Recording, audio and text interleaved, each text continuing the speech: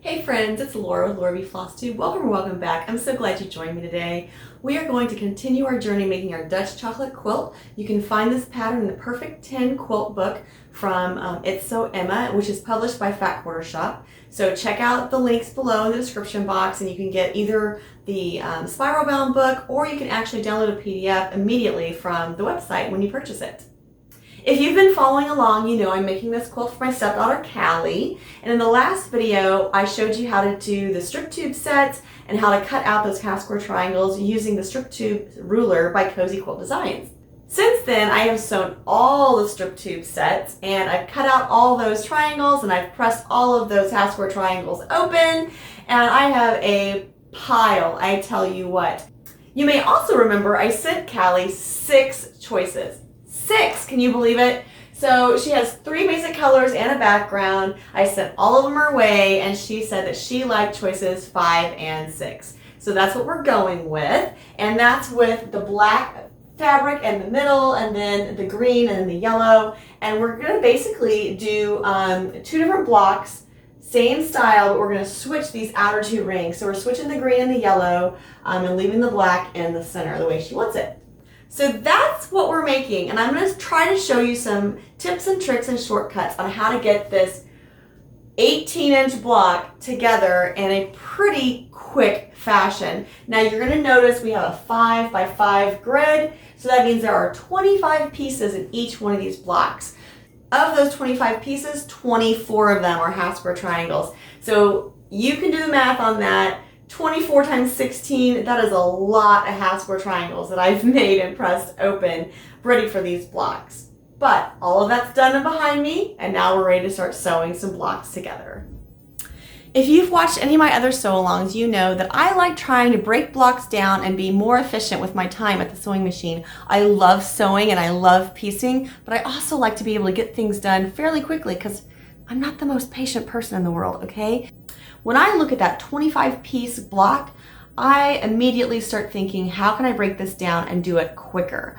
I know I need 16 blocks total. I need 8 of each. So if I look at this block, if I look at the outer 4 corners, I can see that those are just 4 patches. So, and they're all the same. They're just turned a quarter as you go around the block. So the first thing I'm going to do is I'm going to sew all of those together for the block.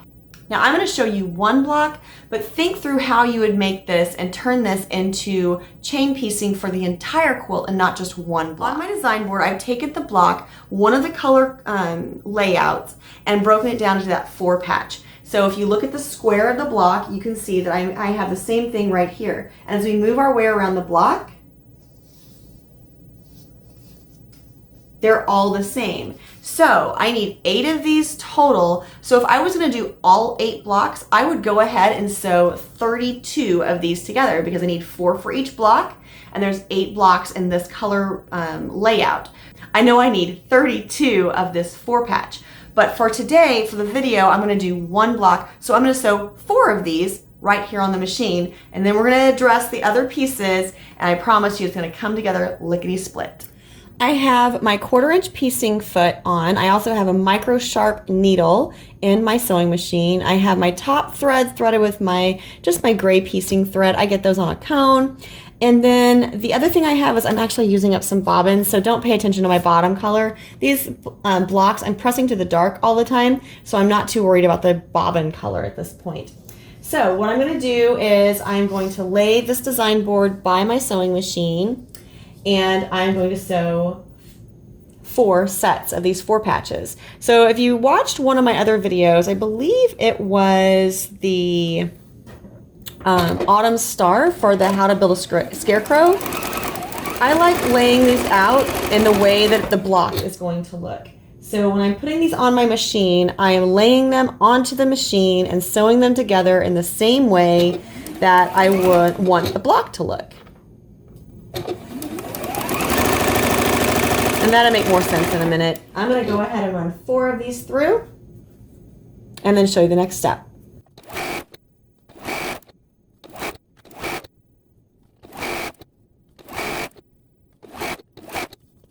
That is 4 sets, and I'm going to cut them apart in groups of 2, except this last one because I don't want to have to cut my thread. And I'll flip these together.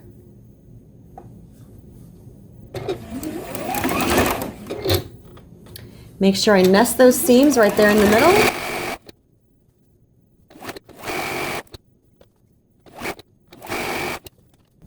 Let's not forget about that 4th one that we left attached to the machine.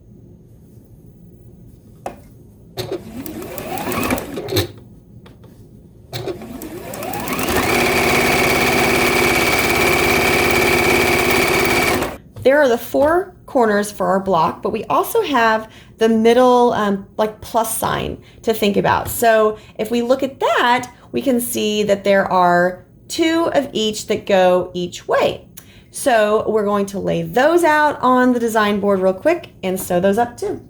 Using our block on the design wall as a reference, we know that we have 2 that go this way, and we can turn this around and say, oh, yep, that one goes the same way. So we have 2 that go this way, and then we have 2 that go this way. And again, if we turn it around, we can see how that is the same. Now, I'm gonna go ahead and just put them both like this, and I'm gonna chain piece those through the machine as well.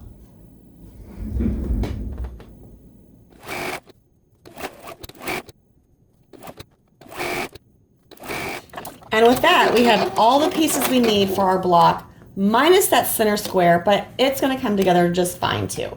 So we're gonna press all of these open, and then I'll show you how to assemble the whole block together. Starting in the center, we have our center square, and it's a happy little camper. We have 4 sets of these, and they're just gonna go on here with that black triangle pointing out. And obviously my design board is not big enough for this big old block, but it'd be okay. And again, referencing my design wall, I'm gonna make sure that I keep my pieces going the right way. But you can quickly see that we basically have a 9-patch block at this point, right?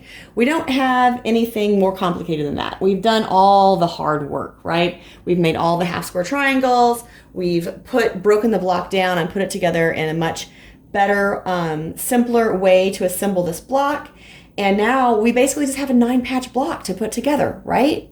So what I'm gonna do is I'm gonna use the same technique as I do with all of my blocks, is I'm gonna chain piece this through the machine and kind of like do a webbing technique for it to get this block together lickety split.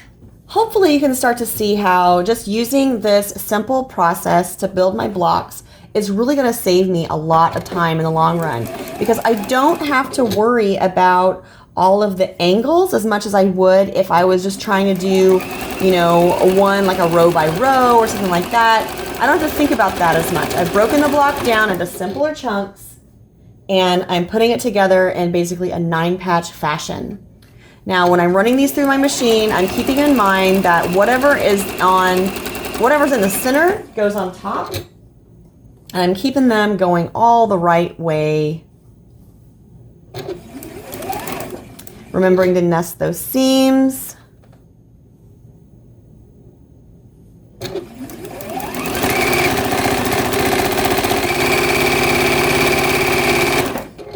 All right, so that is the first the first 6 pieces, the first 2 rows, I guess, or columns in our block. And now we're going to add on to our 3rd column.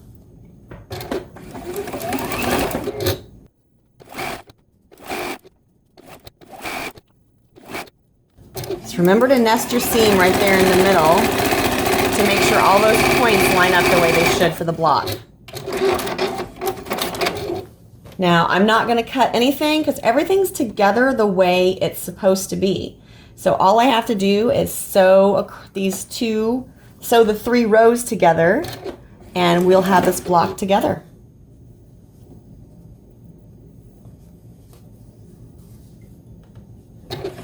And you know, I don't like pinning, but I do like nesting.